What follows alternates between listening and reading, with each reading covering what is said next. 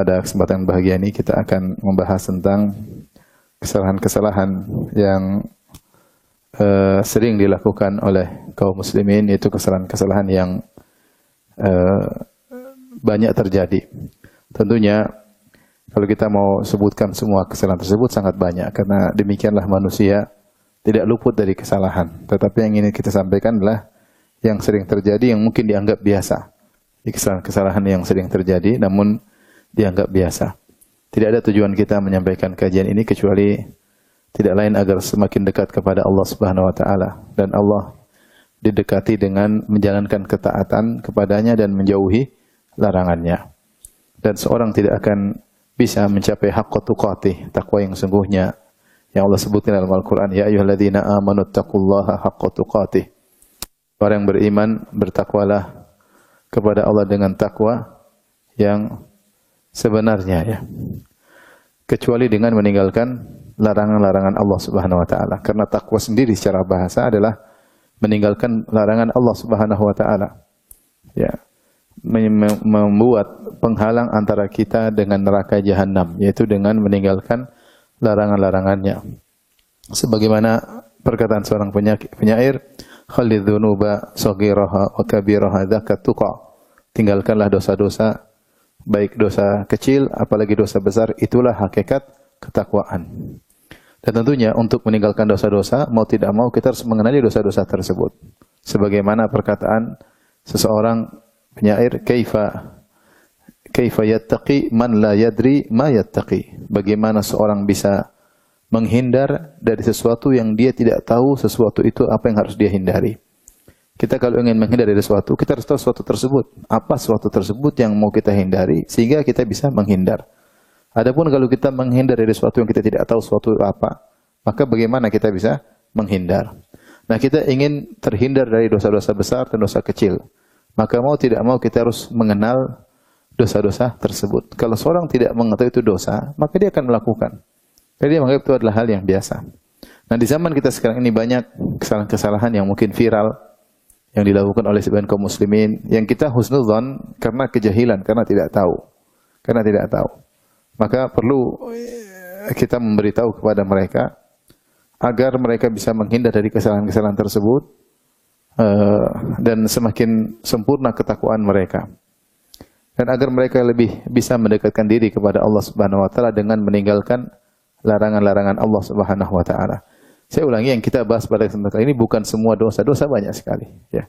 Dosa banyak, tapi kita ingin menyampaikan sebagian kesalahan-kesalahan yang viral, yang tersebar dan dianggap biasa oleh sebagian kaum muslimin. Di antara kesalahan-kesalahan tersebut, misalnya adalah mendoakan non-muslim dengan rahmat dan ampunan ketika non-muslim tersebut telah meninggal dunia, ya. Mendoakan non-muslim ketika sudah meninggal dunia dengan rahmat dan ampunan. Sungguhnya mendoakan non-muslim atau orang kafir atau orang musyrik ketika mereka masih hidup, maka itu bahkan sunnah Nabi sallallahu alaihi wasallam. Kita mendoakan mereka agar dapat hidayah. Ya. Kita juga mendoakan mereka, bahkan Rasulullah SAW pernah mendoakan maghfirah. Seperti dalam hadis ketika Rasulullah SAW terluka dalam perang Uhud, Rasulullah sempat mendoakan keburukan kepada sebagian kaum muslimin, kaum musyrikin, atau Rasulullah berkata, "Kaifa yuhlifu qaumun syajju nabiyyahum wa huwa yad'uuhum ilal Islam." Bagaimana bisa beruntung suatu kaum yang melukai nabinya, membuat wajah nabinya berdarah, sementara nabinya menyuruh mereka kepada Islam. Maka Allah Subhanahu wa taala menegur Nabi dengan menurunkan ayatnya, "Laisa laka minal amri syai'un aw yatuba 'alaihim aw yu'adzibahum fa innahum zalimun." Bukan urusanmu wahai Muhammad sallallahu alaihi wasallam apakah Allah akan mengadab mereka karena dosa-dosa mereka atau Allah akan mengampuni mereka. Bisa jadi Allah ampuni mereka, bisa jadi Allah adab mereka karena mereka berbuat zalim. Hidayah di tangan Allah. Karena Nabi mengatakan, bagaimana bisa beruntung seorang yang melukai nabinya. Ternyata memang benar di antara mereka, akhirnya banyak yang dapat hidayah. Akhirnya Rasulullah SAW mengatakan dalam doanya, Rabbi gufirli qaumi fa innahum la ya'lamun. Ya Allah, ampunilah kaumku, sungguhnya mereka tidak mengerti. Di sini Rasulullah SAW mendoakan maghfirah bagi orang-orang kafir, masih hidup tapi. Demikian juga dalam suatu riwayat Rasulullah SAW menceritakan tentang suatu nabi yang menyeru kepada kaumnya, fa'admauhu, namun kaumnya akhirnya membuat dia berdarah.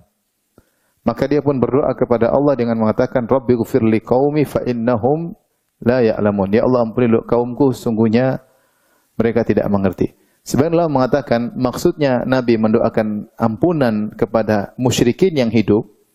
Ada yang mengatakan maksudnya yaitu beri hidayah kepada mereka, sehingga mereka masuk Islam, sehingga mereka engkau ampuni ya Allah Subhanahu wa taala. Ya. Itu ada yang mengartikan demikian. Atau maknanya secara zahir yaitu jangan hukum mereka ya. Ya, tetapi beri hidayah kepada mereka. Ini ketika masih hidup. Demikian juga Nabi sallallahu alaihi wasallam berdoa, Allahumma hdi Dausan.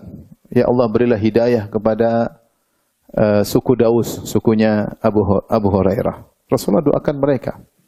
Ya, fa'ti bihim, dan datangkanlah mereka sehingga banyak di antara mereka yang masuk Islam. Rasulullah SAW juga mendoakan hidayah kepada ibunya Abu Hurairah. Abu Hurairah radhiyallahu anhu cerita bagaimana ibunya menolak dakwahnya, maka Rasulullah SAW berdoa, ya Allah, beri hidayah kepada ibunya Abu Hurairah, akhirnya masuk Islam.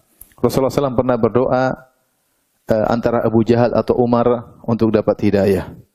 Rasulullah mengatakan, Allahumma a'izzal Islam bi ahabbi umaraini ilaik. Atau kama qala Nabi sallallahu alaihi wasallam, ya Allah, kuatkanlah Islam dengan salah seorang di antara keduanya, Abu Jahal atau Umar. Kemudian Rasulullah SAW khususkan doanya, ya Allah, berilah hidayah kepada Umar. Akhirnya Umar masuk apa? Islam. Dan kita boleh mendoakan kepada non-muslim untuk urusan duniawi. Kita bilang, semoga engkau sukses dunia, semoga engkau sembuh. Boleh, enggak dilarang. Tetapi kalau mereka sudah meninggal, tentunya doa yang paling terbaik adalah agar mereka dapat apa? Hidayah. Tetapi ketika mereka sudah meninggal, sudah selesai. Tidak bisa lagi kita doakan rahmat maupun ampunan. Tidak boleh. Karena dilarang oleh Allah Subhanahu wa ta'ala. Makanya ketika Nabi SAW berkata, saat pamannya Abu Talib yang sangat dia cintai meninggal dunia. Dan kita tahu siapa Abu Talib, yang rela mati demi membela Nabi Muhammad SAW karena Nabi adalah ponakannya. Dan dia tahu bahwasanya keponakannya tersebut membawa agama yang terbaik. Dalam syairnya dia berkata, walaqad alimtu bi anna dina Muhammadin min khairi adyanil bariyati dina walaulal malamatu wa hidharu masabbatin lawajadtani samhan bidzaka mubina. Sungguh aku telah tahu bahwasanya agama ponakanku, agama Muhammad adalah agama yang terbaik. Dan ini dikatakan oleh Abu Talib karena dia mengetahui banyak agama di Jazirah Arab. Dia mengetahui ada agama Nasrani, ada agama Yahudi, ada agama Majusi, ada menyembah paganisme, menyembah berhala, dan dia tahu juga tentang Islam. Dia mengatakan, aku telah tahu agama ponakanku, agama Muhammad, agama yang terbaik. Namun kalau bukan karena takut tercela atau dicaci, tentu kau akan dapati aku masuk Islam terang-terangan. Namun dia tidak mau masuk Islam karena dia tidak mau dicela oleh kaumnya. Ketika dia sakit, maka Rasulullah SAW datang mengatakan, ya ammi qul la ilaha illallah kalimatan uhajulaka biha indallah. Wahai pamanku, ucapkan la ilaha illallah, suatu perkataan yang aku akan bela engkau di hadapan Allah. Ternyata di sisi Abu Talib ada Abu Jahal dan Abdullah bin Umayyah. Abdullah bin Umayyah masih kafir ketika itu. Abu Jahal tentu kafir. Dan dia berkata, memprovokasi Abu Talib dengan berkata, atarghabu an millati Abdul Muttalib, wahai Abu Talib, apakah kau benci, tidak suka dengan agama bapakmu Abdul Muttalib? Rasulullah ulangi lagi, ya ammi qul la ilaha illallah, wahai pamanku, ucapkan la ilaha illallah, aku akan bela engkau di depan Allah Subhanahu wa taala. Abu Jahal bilang lagi, apa kau benci dengan agama bapakmu? Seandainya Abu Talib bilang la ilaha illallah, mungkin Abu Talib lebih afdal dari Abu Bakar dan Umar, mungkin. Karena jasanya yang sangat luar biasa. Tapi ternyata fa'aba an yaqula la ilaha illallah, dia enggan mengucapkan la ilaha illallah sehingga meninggal dalam kondisi kafir. Ketika itu Rasulullah SAW berusaha sayang kepada dia, Rasulullah berkata, karena sayang kepadanya, Rasulullah berkata, la astaghfiranna laka ma lam unha anka. Dia mengatakan, sungguh aku benar-benar akan mohon ampunan buatmu kalau aku tidak dilarang. Kalau aku tidak dilarang, maka turunlah larangan Allah Subhanahu wa taala. Maka lin nabi wal ladzina amanu ay yastaghfiru lil musyrikin walau kanu uli qurba min ba'di ma tabayyana lahum annahum ashabul jahim. Tidak pantas bagi seorang nabi dan juga orang-orang beriman untuk memohon ampunan bagi orang-orang kafir, musyrikin. Tentunya yang sudah meninggal dunia, paham? Yang sudah meninggal dunia. Setelah jelas mereka penghuni neraka jahanam, maka Nabi ditegur oleh Allah kalau ingin mendoakan ampunan buat Abu Talib, padahal Abu Talib adalah musyrik yang terbaik. Musyrik yang terbaik. Yang jasa kita dibandingkan Abu Talib, kita ini enggak ada apa-apanya. Dia pasang badan untuk membela Rasulullah di awal-awal dakwah. Ya, Abu Talib jasanya sangat-sangat luar biasa. Itu pun dilarang untuk kita Nabi untuk mohon ampunan buat siapa? Abu Talib. Ya. Allah tegur, ya, tidak pantas. Ya, di antara dalil juga ketika Rasulullah SAW ya ingin mohon ampunan buat ibunya dalam Sahih Muslim. Rasulullah SAW mengatakan, "Ista'dzantu Rabbi li an aghfira li ummi." Falam ya'dzan li. Aku minta izin kepada Allah untuk mohon ampunan buat ibuku, maka Nabi tidak mengizinkan. Maka aku minta izin kepada Allah untuk menziarahi kuburan ibuku. Fa'adzina li, maka Allah izinkan Nabi untuk menziarahi kuburan siapa? Ibunya, ya. Oleh karenanya Al-Imam Nawawi rahimahullah ketika menjelaskan tentang konten hadis dalam Sahih Muslim, dia mengambil faedah tentang bolehnya berziarah ke kuburan orang musyrik. Bolehnya ziarah ke kuburan orang musyrik, karena kalau kita menziarahi kuburan orang musyrik, kita bisa ingat akhirat juga. Bisa ingat akhirat juga, ya. Bukan untuk mendoakan, tapi untuk ingat apa? Akhirat. Karena Rasulullah SAW ketika minta izin untuk mendoakan ibunya, maka Nabi dilarang. Oleh karena kita tidak pernah mendengar Nabi mendoakan ibunya sekalipun, tidak pernah. Ya, padahal Nabi yang menyuruh kita untuk berbakti kepada orang tua, namun beliau sama sekali tidak pernah mendoakan ampunan buat siapa? Ibunya, karena dilarang oleh Allah Subhanahu wa taala. Di antaranya Nabi SAW pernah ingin menyolatkan orang munafik, bahkan menyolatkan orang munafik. Ketika wafat Abdullah bin Ubay bin Salul, jadi orang munafik, bahkan gembong orang-orang munafik. Maka anaknya datang, anaknya sahabat, ya Rasulullah, ayahku meninggal, solatkanlah ayahku. Maka Rasulullah SAW pun pergi ke Abdullah bin Ubay bin Salul untuk menyolatkannya, karena dia secara KTP-nya Islam. KTP-nya Islam, orang munafik itu KTP-nya Islam. Hanya demikian, gampangannya KTP-nya Islam tapi hatinya apa? Kafir. Maka Nabi ingin mengambil hukum zahirnya. Zahirnya orang muslim kalau meninggal kita salat janazah. Orang muslim kalau meninggal kita salat janazah. Maka Rasulullah SAW pun salat janazah. Ketika Rasulullah SAW akan takbir, ditahan oleh Umar. Wahai Rasulullah, bukankah Allah melarang kita salat terhadap orang musyrik? Kemudian ada ayatnya, in tastaghfir lahum aw la tastaghfir lahum istaghfir lahum aw la tastaghfir lahum in tastaghfir lahum 70 maratan fala yaghfirallahu lahum. Allah berbicara tentang orang munafik, kata Allah, kau mohon ampunan buat mereka atau tidak mohon ampunan buat mereka, kau mohon ampunan bagi mereka 70 kali, Allah tidak akan ampuni mereka. Maka Rasulullah SAW tetap salat, Allahu Akbar, salat jenazah bersama sebagian sahabat. Ternyata benar Allah turunkan ayat, ya. Wala tusalli ala ahadim minhum mata abada wala takum ala qabrih. Kata Allah, jangan salatkan atau jangan doakan mereka yang mati di antara mereka, orang munafik yang mati tidak boleh didoakan ampunan karena dia meninggal dalam kondisi kafir, ya. Di sini jadi kita jelas Rasulullah SAW dilarang mendoakan pamannya. Rasulullah SAW dilarang mendoakan apa? Ibunya. Rasulullah SAW dilarang juga untuk mendoakan orang munafik. Sehingga ijma' ulama bahwasanya kalau orang kafir sudah meninggal dunia, tidak boleh kita doakan lagi untuk ampunan, ya. Makanya Nabi Nuh alaihissalam ketika anaknya meninggal dalam kondisi kafir, dia masih memohon kepada Allah Subhanahu wa taala. Dia berkata, inna ibni min ahli. Ya Allah, sungguhnya anakku adalah bagian dari keluargaku. Maka Allah tegur, ya Nuh, innahu laisa min ahlika, innahu amalun ghairu salih. Fala tas'alni ma laisa laka bi ilm. Inni a'idzuka an takuna minal jahilin. Wahai Nuh, anakmu itu bukan dari keluargamu. Anakmu telah melakukan amal kekufuran. Maka jangan kau mohon kepada aku apa yang kau tidak punya ilmu tentangnya.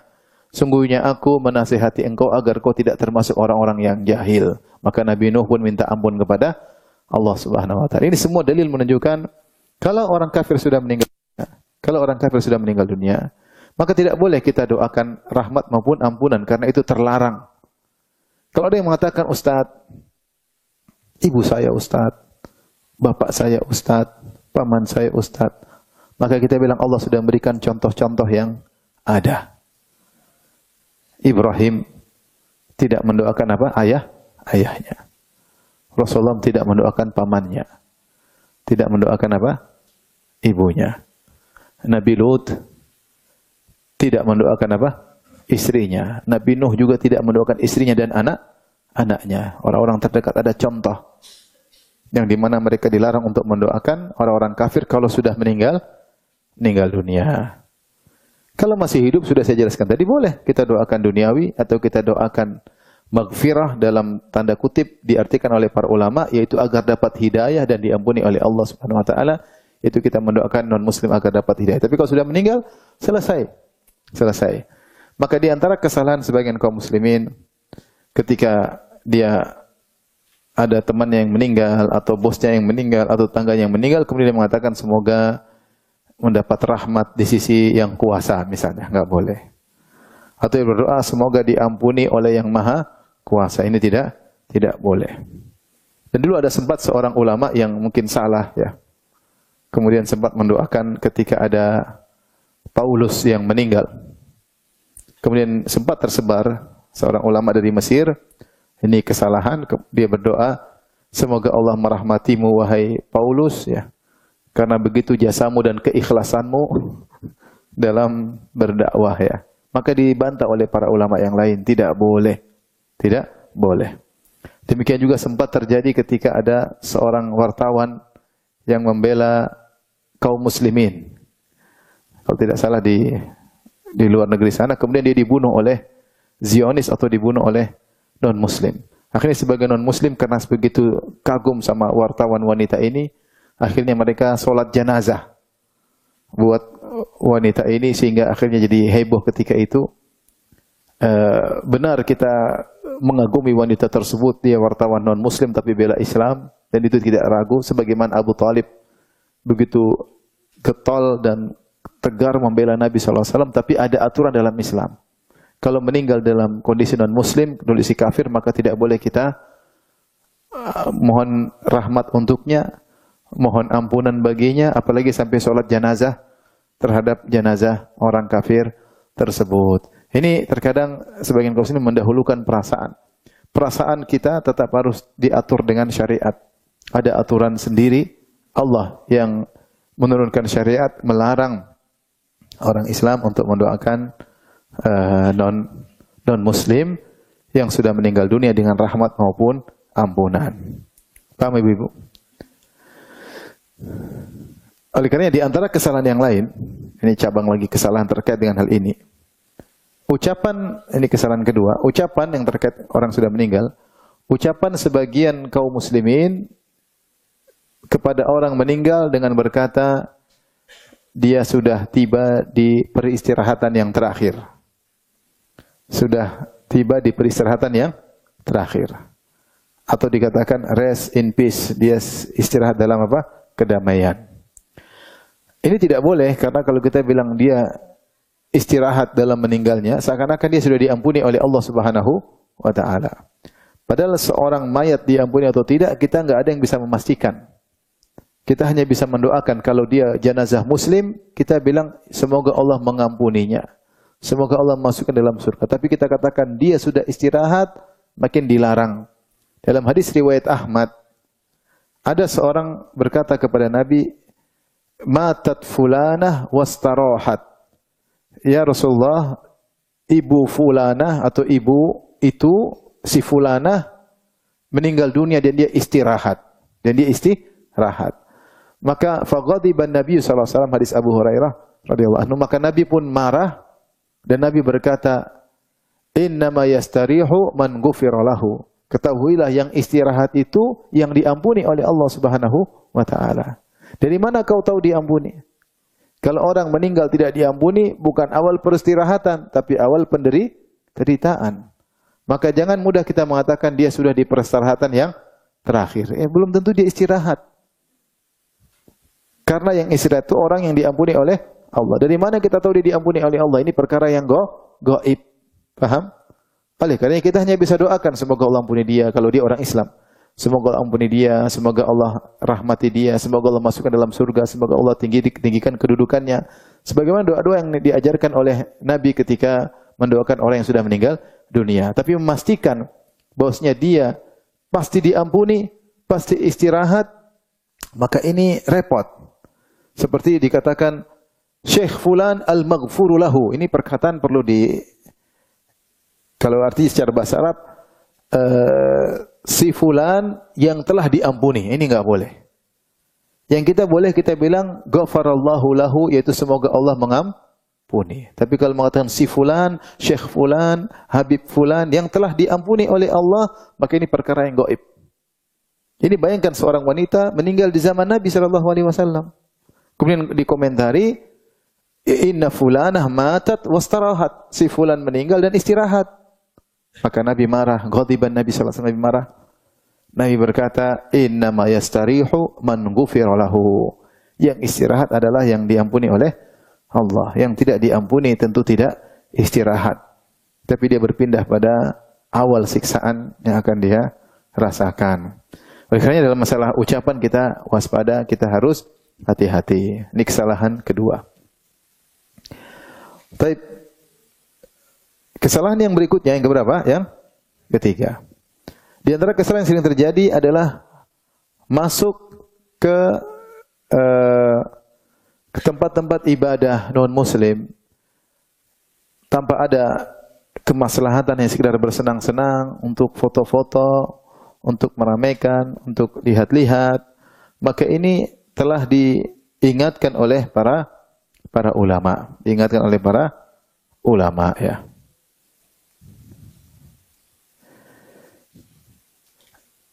Di antaranya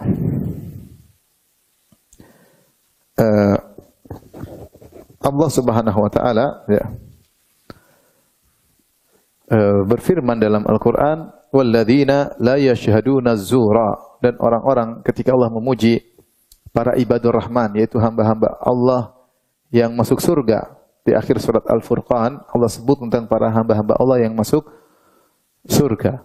Allah mengatakan walladzina la yashhaduna az-zura, yaitu orang-orang yang tidak menyaksikan az-zur. Sebagian salah menafsirkan az-zur adalah a'yadul kuffar, yaitu hari-hari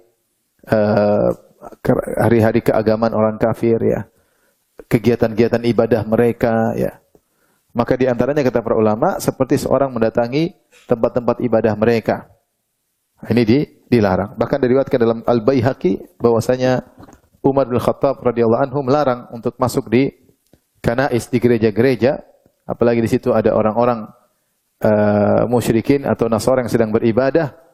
Kata Umar, khawatir Allah menurunkan kemurkaannya, ya. Karena mereka sedang berbuat syirik kepada Allah Subhanahu wa taala. Mereka sedang berbuat syirik. Maka ketika kita mendatangi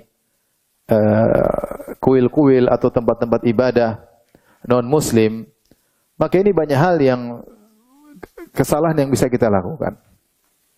Yang pertama, takfirus sawat, yaitu kita seakan-akan menyetujui hal tersebut.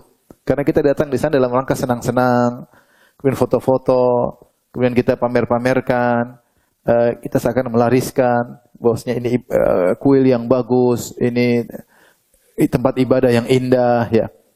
Kita ikut memamerkan, seakan melariskan, sehingga akhirnya ada timbul pengagungan terhadap tempat-tempat ibadah tersebut. Apalagi tempat ibadah tersebut terkadang mewah dan megah. Ada kayak pengagungan, ikut bangga punya sebagai simbol-simbol kesyirikan. Bagaimana kita bisa bangga dengan simbol-simbol apa? Kesyirikan. Paham?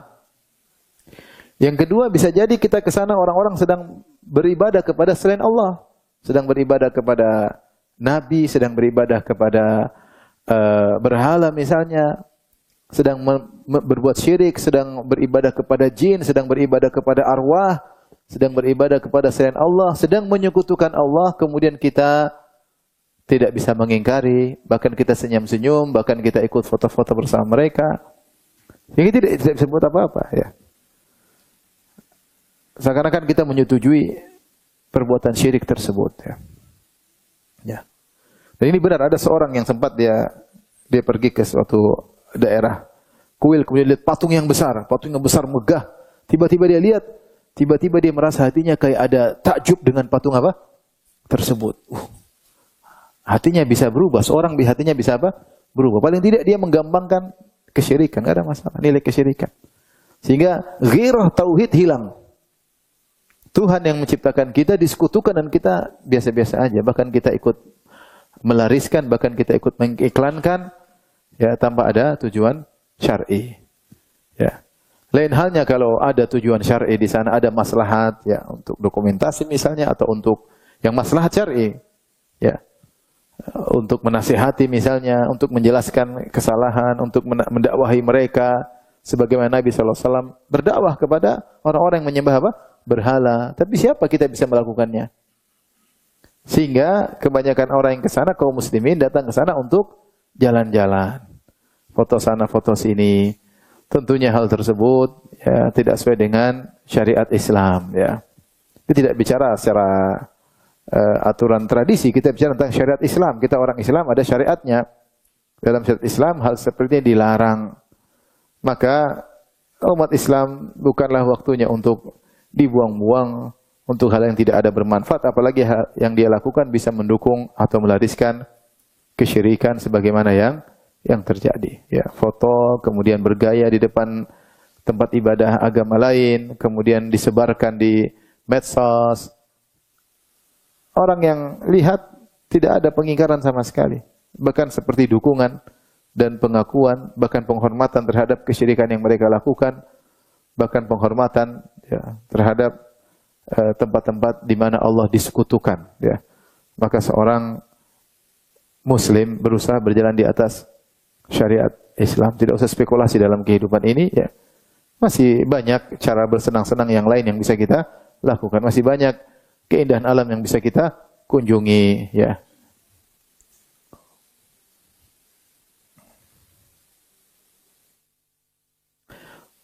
Baik, itu yang keberapa tadi? Sekarang yang keempat. Di antara kesalahan yang sering terjadi adalah mempertahankan tradisi meskipun bertentangan dengan syariat Islam. Kita tahu hukum asal tradisi adalah boleh. Al-aslu fil asya al-ibaha. Hukum asal tradisi boleh. Saya punya tradisi di rumah, kalau hari tertentu kumpul-kumpul, makan-makan, boleh, tradisi. Karena tidak ada kaitannya dengan agama, paham? Lain halnya dengan hukum asal ibadah haram, sampai ada dalil yang membolehkan. Seorang tidak boleh berkreasi buat ibadah. Jadi hukum asal dalam ibadah adalah haram, kecuali ada dalil yang menunjukkan itu ibadah. Hukum asal seorang tidak dibebani untuk ibadah tertentu, kecuali ada dalil yang menunjukkan itu adalah apa?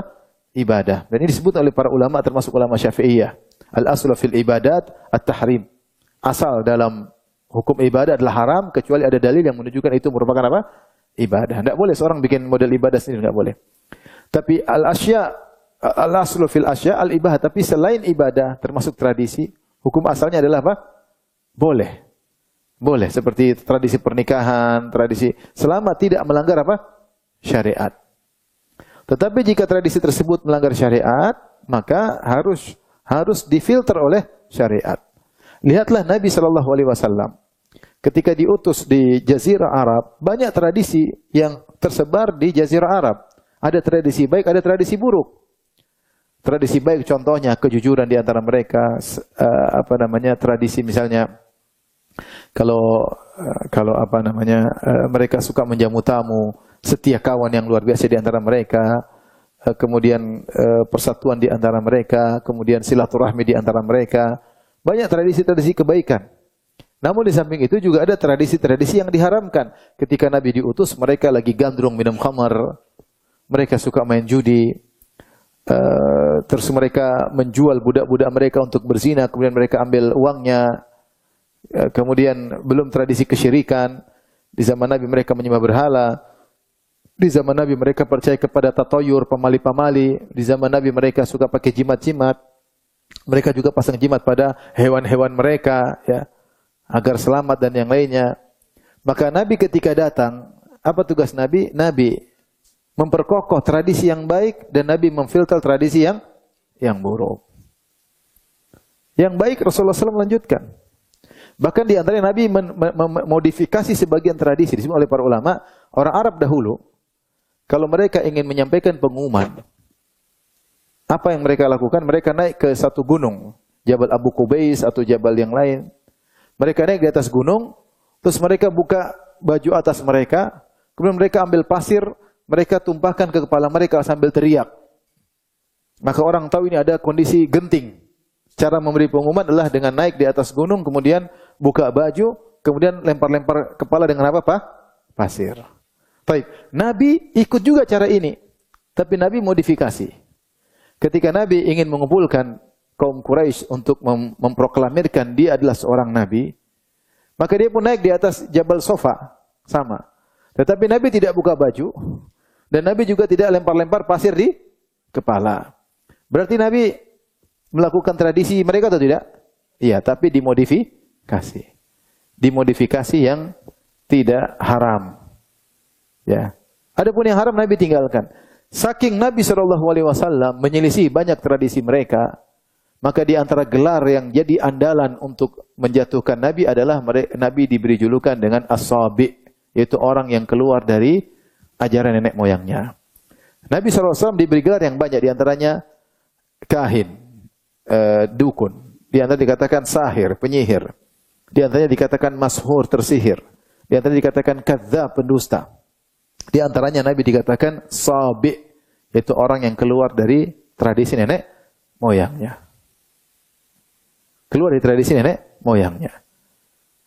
Dan itulah Islam datang untuk memfilter tradisi. Makanya Islam dimanapun di alam semesta ini tidak ada bedanya. Islam Arab, Islam Nusantara, Islam Malaysia, Islam Eropa sama semua, ya. Kalau ada tradisi yang bertentangan Islam maka harus dikalahkan karena kita orang apa? Islam, ya.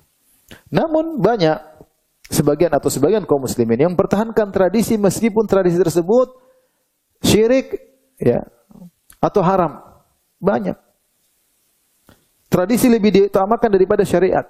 Contoh, mohon maaf, sebagian daerah ketika menikah wanita yang bayar mahar. Ya tidak. Wanita yang beli lelakinya. Wanita yang bayar mahar. Ini menyelisih syariat. Menyelisih apa? Syariat. Harusnya laki-laki yang bayar apa? Mahar. Sehingga cerai di tangan lelaki. Lelaki yang cari nafkah dan seterusnya. Bagaimana kemudian menikah wanita yang bayar mahar kepada lelaki? Ini tradisi tidak bisa berubah sampai sekarang. Padahal banyak ulama yang berasal dari daerah tersebut. Untuk menunjukkan bahwasanya tradisi luar biasa. Kuat luar biasa. Sampai orang sudah muslim pun tidak mau meninggalkan tradisi tersebut. Sebagian daerah, kalau mau menikah, maka perempuannya diculik dulu. Diculik oleh sama pasangan apa? Lelakinya. Dan ini kan bahaya. Diculik, berdua-duaan. Ini haram semuanya. Berkhalwat dengan perempuan. Dan calon mertuanya senang. Kalau anaknya diculik berarti, ini bentar lagi apa? Menikah. Padahal ini tradisi yang salah, tetapi tetap dipertahankan sampai sekarang. Menyelisih syariat, tapi dipertahankan sampai apa sekarang. Belum lagi dalam sebagian pernikahan, pakai tradisi-tradisi yang isinya tatoyur, isinya mengkait-kaitkan nasib baik, nasib buruk dengan hal-hal yang tidak jelas. Seperti sebagian orang ketika mau beli mobil, untuk mobil itu bagus atau tidak dimandiin kembang misalnya. Tradisi yang nggak benar. Atau ditaruh telur di 4 roda, 4 telur. Kalau jalan telurnya pecah semuanya berarti bagus. Kalau ada satu yang tidak pecah, wah ini masalah ya. Ini tatayur nggak boleh. Nggak boleh. Tradisi yang nggak boleh. Syirik. Tradisi pernikahan harus begini, harus begini, harus begini. Ada tanda. Harus injak inilah, injak anu, injak anu. Subhanallah. Dan itu setiap itu ada filosofinya. Filosofinya bermasalah itu. Filosofi tersebut terkadang filosofi syirik. Kalau begini berarti begini, kalau berhasil begini berarti nasib pernikahannya begini. Ini nggak boleh. Sebagai tradisi ketika pernikahan ada hitung-hitungannya. Mereka mengatakan misalnya sebagian kota, tidak semua. Kalau menikah di bulan Syura, maka ini sial. Bulan Muharram, ya. Maka bulan sial. Saya datang ke kota tersebut, kata mereka, teman-teman ustadz banyak menikah di bulan ini. Kenapa? Karena ruang-ruang untuk pesta gedung-gedung untuk pesta pernikahan tidak laku pada bulan ini. Nah, harganya turun, makanya teman-teman nikahnya pada bulan tersebut. Ini dari mana seperti ini? Menganggap bahwasanya menikah di bulan Syura atau bulan Sura atau bulan Muharram adalah sial. Maka terkadang sebagian orang kekeh mempertahankan tradisi meskipun haram ataupun syirik. Apalagi tradisi tersebut diberi label-label pengkukuhan dengan nama-nama tertentu sehingga tidak boleh diotak-atik. Kalau kita orang Islam, kita punya syariat. Masih banyak tradisi yang indah di negeri ini, masih banyak. Sopan santun, ya, bertetangga yang baik, tawadhu, banyak tradisi. Ya. Tradisi hukum asalnya boleh. Tapi kalau sudah nyerempet-nyerempet terhadap yang haram atau syirik, maka tradisi harus dikalahkan. Bukan Islamnya yang dimodifikasi. Ya, jangan pakai atas nama Islam. Kalau orang Islam ada aturannya. Melanggar syariat, maka ikut syariat. Tidak boleh ikut tradisi. Cuma saya bilang tadi, orang-orang ini sebagian orang Islam tidak memandang hormat terhadap syariat Islam. Dia tidak pandang. Saya sering sampaikan, padahal syariat tersebut turun dari Rabbul Alamin. Allah, pencipta kita, pencipta alam semesta. Yang Tuhan tersebut telah menjadikan alam ini dengan begitu luar biasa. Dengan keteraturan, keserasian, dengan berbagai macam aturan alam. Matahari berjalan pada orbitnya, bintang, rembulan. Dan terlalu banyak rumus-rumus ditemukan oleh para ilmuwan. Rumus fisika, rumus kimia. Yang menunjukkan alam ini berjalan dengan begitu teratur. Lihatlah wa fi anfusikum afala tubsirun. Lihatlah pada diri kalian. Tanya dokter tentang organ tubuh kita ini. Mata yang luar biasa dengan rumitnya organnya, saraf-sarafnya dan yang lainnya. Yang ciptakan siapa? Allah. Kita semua ngaku. Nah, Tuhan yang bikin aturan yang hebat ini, aturan alam semesta. Sekarang turunkan syariat buat kita. Harusnya kita terima atau kita tolak? Terima. Atau kita merasa aturan kita lebih hebat daripada aturan Tuhan? Bisakah kamu ciptakan alam seperti yang Tuhan ciptakan? Enggak bisa, kan? Karena Allah telah menurunkan aturan dalam alam semesta ini. Sekarang Allah turunkan syariat buat kamu, yang itu lebih baik bagi kamu, lebih afdal bagi kamu. Terus orang tidak mau terima. Seakan-akan berkata, tenang Tuhan, saya punya aturan sendiri lebih baik. Enggak, ini tidak mau terima. Bertahan dengan apa? Tradisi. Nabi dahulu sampai dituduh orang yang keluar dari tradisi nenek moyang. Maka di antara perkara yang sangat berat kata Ibnul Qayyim, di antara penghalang hidayah adalah berpegang dengan tradisi. Kenapa Abu Talib tidak mau masuk Islam? Karena dia berpegang teguh dengan tradisi bapaknya, Abdul Muttalib. Dan itulah senjata Abu Jahal untuk membuat Abu Talib kekeh dalam syirik. Kata Abu Jahal, "Atarghabu an millati Abdul Muttalib?" Kau benci dengan agamanya bapakmu ya Abu Talib, kau benci dengan agama Abdul Muttalib. Akhirnya Abu Talib tidak mau dikatakan dia keluar dari tradisi. Akhirnya dia bertahan dalam apa? Kesyirikan. Akhirnya dia kekal dalam neraka Jahannam. Maka kita kalau tahu tradisi haram, kita tinggalkan. Kalau tahu tradisi syirik maka harus kita tinggalkan. Jangan kita kekeh. Kita ini orang Islam. Syariat Tuhan mau diapain? Sunnah-sunnah Nabi mau diapain? Kita ngaku Islam tapi kalau ada yang tidak sesuai dengan tradisi kita buang syariatnya. Islam kita harus kita perbaiki.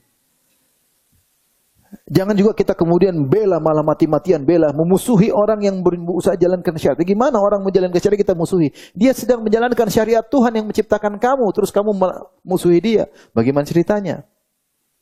Kalau kamu belum bisa meninggalkan tradisi, jangan musuhi orang yang memperbaiki apa? Tradisi. Nah, urusan kamu belum bisa, belum bisa, ya sudah. Urusan kamu dengan Tuhan, semoga Allah ampuni. Tapi kemudian bikin isu, memusuhi orang yang berusaha menjalankan syariat Islam. Kamu ini orang Islam atau tidak? Kamu kenapa benci dengan syariat Tuhan? Tuhan turunkan syariat ini. Tuhan yang atur, nggak boleh ini, nggak boleh itu, ini boleh, ini boleh. Tapi sekarang kan, alah, syariat Allah. Terkena dengan syubhatnya orang-orang liberal. Seakan-akan syariat Islam itu hanya untuk orang Arab. Seakan-akan syariat Islam itu hanya berlaku 1400 tahun yang lalu. Subhanallah, betapa besar dosa mereka yang meremehkan aturan Tuhan. Terus merasa aturan dia lebih baik, aturan nenek moyang yang lebih indah daripada aturan Tuhan. Tidak ya akhi ya ukhti. Kalau Tuhan sudah turunkan syariat, maka itu yang terbaik. Kita tinggalkan tradisi demi sedikit. Tapi itu yang paling berat. Bayangkan ulama di suatu kota sudah keluarkan fatwa tidak berlaku, tidak dianggap oleh para ahli tradisi. Tidak dianggap. Tradisi tetap jalan. Syariat buang. Orang Islam, tapi Islam tradisi. Syariat menyelisih tradisi enggak. Ya berarti kamu mendahulukan tradisi daripada syariat apa? Allah.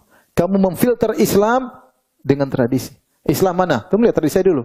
Yang enggak cocok, maaf ya Allah, enggak ya Allah ya. Maaf Rasulullah, enggak ya. Yang saya ambil yang cocok aja. Enggak bisa begitu. Harusnya sebalik, kalau kita Muslim, apa makna Muslim? Tunduk dan patuh kepada aturan Allah dan Rasulnya. Buat apa kita mengatakan asyhadu alla ilaha illallah wa asyhadu anna Muhammadar Rasul. Aku bersaksi tidak ada Tuhan yang berhak disembah kecuali Allah. Muhammad utusan Tuhan. Harusnya kita yang menimbang tradisi kita dengan syariat. Yang tidak cocok kita buang, yang pas dengan syariat kita lanjutkan. Dan saya bilang alhamdulillah, tradisi kita banyak yang cocok dengan syariat, banyak sekali. Ya, tradisi-tradisi sopan santun, perhatian sama tetangga, kerjasama, gotong royong, saling menghargai, banyak sesuai dengan syariat. Yang tidak syariat kita pinggirin. Paham ibu-ibu? Ini yang keberapa nih? Sekarang ya, kelima. Di antara tradisi atau kesalahan sebagian kaum muslimin terkait juga dengan agama orang lain adalah mengucapkan selamat kepada perayaan keagamaan dari agama lain. Ingat, kita hidup dengan toleransi, dan itu sudah dicontohkan oleh Nabi ketika Nabi SAW datang ke kota Madinah. Nabi mendapati orang-orang komunitas yang heterogen. Ada kaum musyrikin, yaitu suku Aus, suku Khazraj yang belum masuk Islam, ada. Ketika itu dipimpin oleh Abdullah bin Ubay bin Salul sebelum jadi orang munafik, masih musyrik. Kemudian ada komunitas Islam yang dipimpin oleh Sa'ad bin Mu'adh dari suku Aus dan Sa'ad bin Ubadah dari suku Khazraj. Kemudian ada juga komunitas orang Yahudi. Ada suku Bani Qainuqa, suku Bani Nadhir, dan suku Bani Quraidah. Jadi ada 3 model komunitas di kota Madinah. Kemudian terjadilah namanya Wathiqatul Madinah, piagam kota Madinah. Bahwasanya mereka penduduk saling kerjasama kalau ada musuh datang dari luar. Tapi kata Nabi, walil Yahudi dinuhum wal muslimina dinuhum. Yahudi agamanya sendiri, kaum muslimin agamanya sendiri. Taib. Apakah Nabi ketika bertetangga dengan Yahudi ikut acara orang Yahudi? Enggak. Bahkan Nabi dakwahi agar mereka masuk apa? Islam. Tapi Nabi membiarkan mereka menjalankan ritual mereka. Itulah namanya toleransi. Apa toleransi? Seorang tetap pada prinsip agamanya dengan membiarkan yang lain menjalankan apa? Ritualnya. Itu toleransi. Kalau sudah campur carut marut, itu namanya bukan toleransi. Itu namanya hilang identitas diri kita. Masing-masing kita punya identitas. Muslim punya identitas, Nasara punya identitas, Yahudi punya identitas, Hindu, Buddha punya identitas. Masing-masing pertahankan identitas, tidak apa-apa. Masing-masing tanggung jawab dengan apa yang dia yakini. Dan kalau sampai kita ikut-ikutan dalam perayaan mereka, itu namanya toleransi kebablasan. Itu namanya bukan lagi toleransi, itu namanya sudah hilang toleransi. Toleransi itu tetap di atas identitas masing-masing, kemudian membiarkan yang lain menjalankan apa? Ibadahnya. Mungkin lebih berkembang lagi, kita toleransi, kita masuk ke gereja ikut menyembah Tuhan mereka, toleransi kan nggak bisa. Itu yang pernah ditawarkan oleh kaum musyrikin kepada Nabi, wahai Muhammad, bagaimana setahun kau sembah Tuhan kami, setahun kami sembah Tuhanmu. Kata Nabi, enggak, lakum dinukum waliyadin. Nah, ada. Nah, termasuk perayaan keagamaan. Namanya saja perayaan keagamaan. Artinya mereka meyakini sebagai suatu agama, ya enggak? Kita punya Idul Fitri, Idul Adha, kita yakini sebagai perayaan keagamaan. Mereka juga punya acara-acara agama yang mereka yakini sebagai agama, bukan tradisi duniawi, bukan.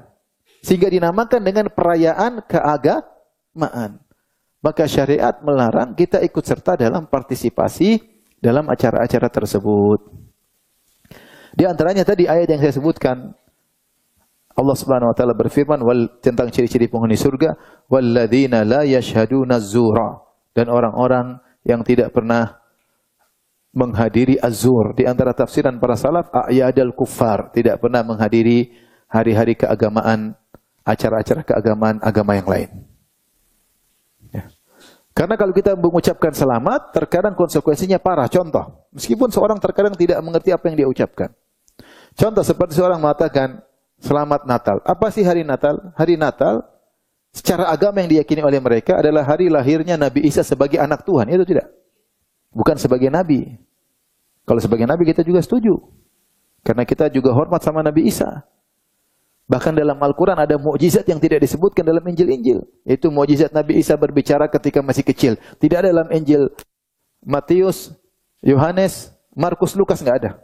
Cari, nggak ada. Lihat bagaimana Islam memuliakan Bunda Maria, istilah mereka. Sampai ada namanya surat Maryam. Dan Allah puji-puji luar biasa. Allah bantah orang Yahudi yang mengatakan Maryam berzina. Tetapi Nabi Isa statusnya sebagai anaknya Maryam. Makanya dikatakan Isa bin Maryam. Bukan sebagai anak Tuhan. Nah, orang-orang Nasara ketika dia merayakan hari Natal adalah merayakan hari kelahiran Nabi Isa sebagai putra Tuhan. Terus kita bilang selamat. Ada sebagian mengatakan tidak apa-apa karena kita ucapkan sesuai dengan keyakinan kita. Taib. Antum kan mengucapkan kepada mereka, yang merayakan antum sama mereka. Mereka kan? Terus antum bilang selamat. Apa yang dipahami oleh mereka? Ada yang mengatakan, boleh Ustaz, kan kita mengatakan selamat hari Natal. Dalam hati saya, selamat hari Natal, yaitu lahirnya Nabi Isa sebagai Nabi. Jadi kita nggak salah katanya. Lah, antum kan mengucapin selamat yang mereka kerjakan, bukan yang sedang. Yang merayakan kita atau mereka? Mereka merayakan atas apa? Atas dasar Nabi Isa sebagai Nabi atau sebagai anak Tuhan. Terus kita bilang selamat, apa yang mereka pahami? Kita memberi selamat atas apa yang mereka lakukan, atas apa yang mereka yakini, bukan atas yang kau yakini. Jangan bohongin orang, paham? Sebagian dai ini luar biasa. Untuk melegalkan ini dia mengatakan kan masing-masing lah. Kamu kan ucapkan selamat atas mereka, bukan selamat atas yang kau. Kalau kau ucapkan bikin perayaan sendiri lain cerita. Ini kau mengucapkan selamat atas perayaan yang sedang mereka lakukan. Jangan main-main. Dai kamu akan ditanya oleh Allah pada hari kiamat. Allah mengatakan murka kepada orang yang mengatakan dia punya anak. Wa qalu ittakhadhar rahmanu walada laqad ji'tum syai'an idda. Mereka mengatakan Allah punya anak. Sungguh kalian telah mendatangkan kemungkaran yang besar. Takadu samawati yatafattarna minhu wa tanshaqqul ardu wa takhirul jibalu hadda. Anda oleh rahmani walada. Hampir bumi pecah, hampir langit terbelah, hampir gunung hancur ketika mereka mengatakan Allah punya anak. Wa ma yanbaghi lirrahmani ayat takhidha walada. Tidak pantas bagi Allah punya anak. In kullu man fis samawati wal ardi ila rahmani abda. Semua yang di langit dan di bumi, malaikat Jibril, malaikat-malaikat di bumi, Nabi Isa, Nabi Muhammad, nabi-nabi semuanya hamba Allah, bukan anak Allah. Dalam hadis qudsi kata Allah, syatamani ibnu Adam walam yakul lahu dzalik. Anak Adam mencaciku dan tidak pantas dia mencaciku. Kenapa Allah mengatakan anak Adam mencaciku? Qala annaliyal walad. Dia mengatakan aku punya anak. Subhani an yakuna liyal walad. Maha suci aku punya anak. Allah mengatakan, orang yang mengatakan Allah punya anak, dalam Sahih Bukhari, Allah mengatakan dia telah mencaciku. Jadi, kalau kita bilang selamat Natal, kira-kira apa yang dipahami oleh orang-orang Nasara? Berarti kita ikut gembira dengan, iya enggak? Ikut gembira dengan apa yang mereka lakukan. Terus kapan kita mau dakwahi mereka? Sementara kita malah memperkokoh keyakinan mereka. Iya enggak? Memperkokoh. Karena kita ucapkan apa? Selamat. Kalau ada dai yang bilang, saya ucapkan selamat sesuai keyakinan saya. Ya, ucapkan kalau begitu. Selamat hari Natal, hari lahirnya Isa sebagai nabi, bukan anak. Berani enggak ngomong begitu? Enggak berani. Makanya sebagian ulama, ketika saya sudah bahas dalam buku ajaran mazhab Syafi'i yang ditinggalkan. Mengucapkan selamat lahir putra Tuhan itu lebih parah daripada selamat zina, daripada selamat minum khamar, paham? Karena berzina, minum khamar, homoseksual itu maksiat biasa. Tapi kalau selamat lahirnya putra Tuhan, ini kekufuran.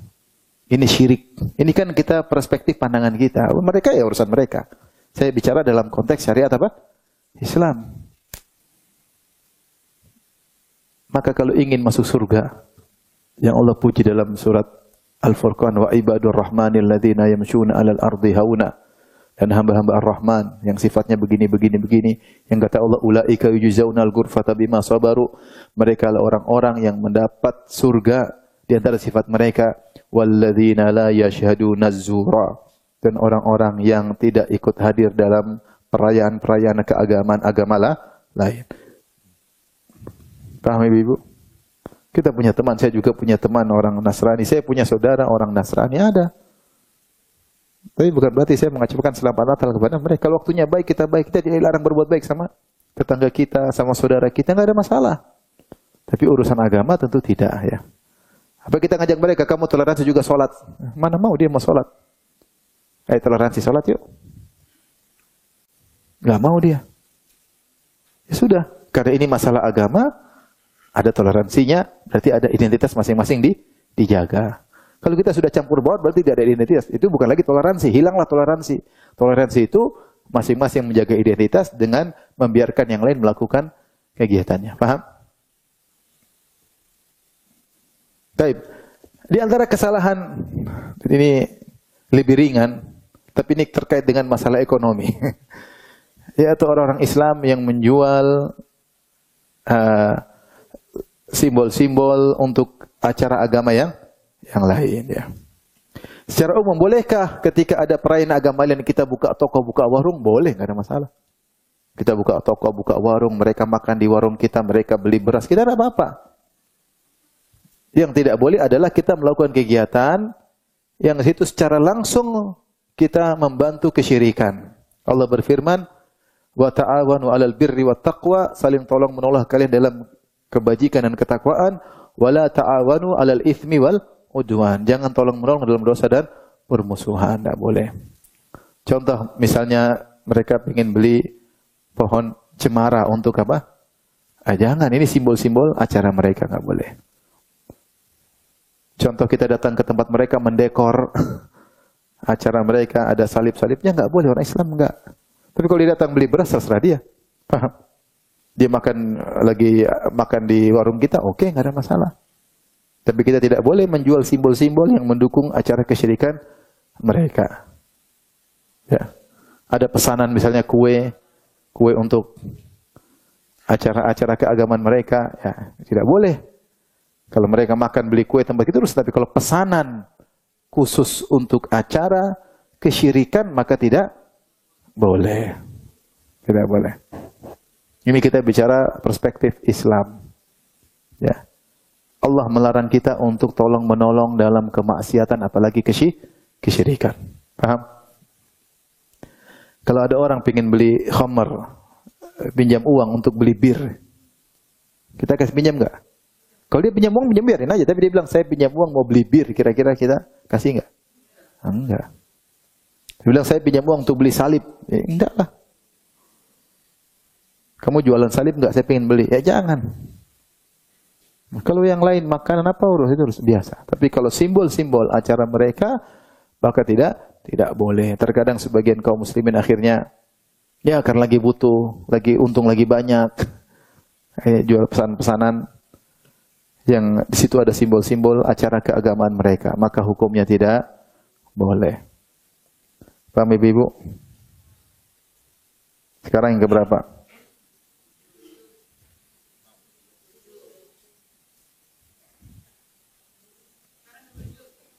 Yang ketujuh, terkait juga dengan agama lain.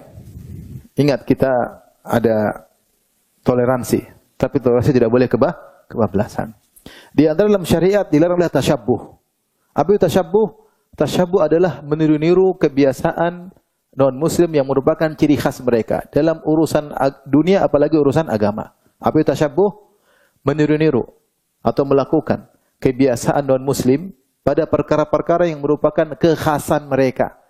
Baik perkara dunia maupun perkara, apalagi perkara agama. Siapa yang melakukannya disebut tasyabbuh. Contoh misalnya. Kalau kita bilang sama orang umum, selamat pagi, ini umum atau tidak? Umum. Semua orang bilang. Ya. Ini bukan ciri khas, paham? Selamat pagi, sore Pak, sehat Pak. Ada masalah? Enggak ada. Kita boleh ucapkan kepada siapa saja, kita boleh ucapkan, ya. Tetapi ketika ada suatu salam tertentu yang merupakan ciri khas mereka, maka tidak boleh. Contoh mengucapkan shalom, misalnya. Shalom itu mungkin artinya selamat. Secara bahasa dia baik. Mirip dengan assalamualaikum, mirip. Assalamualaikum, mirip. Paham? Tetapi itu sudah menjadi ciri khas agama tertentu. Paham? Maka kita umat Islam tidak boleh meniru-niru. Paham? Termasuk di antaranya misalnya mengucapkan salam sejahtera. Salam sejahtera ini sebenarnya boleh. Ya. Wassalamu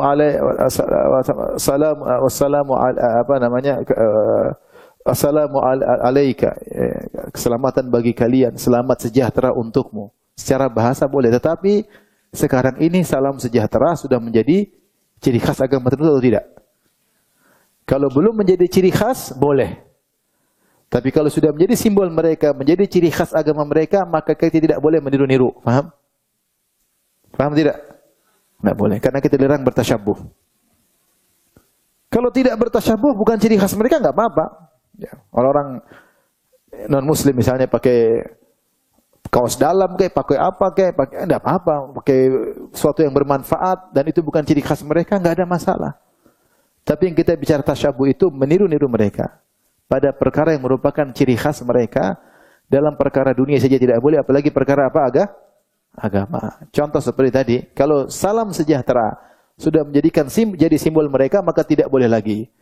Kalau bukan simbol mereka, maka boleh. Maka harus dilihat. Kalau bukan simbol mereka, maka boleh. Karena salam sejahtera maknanya bagus.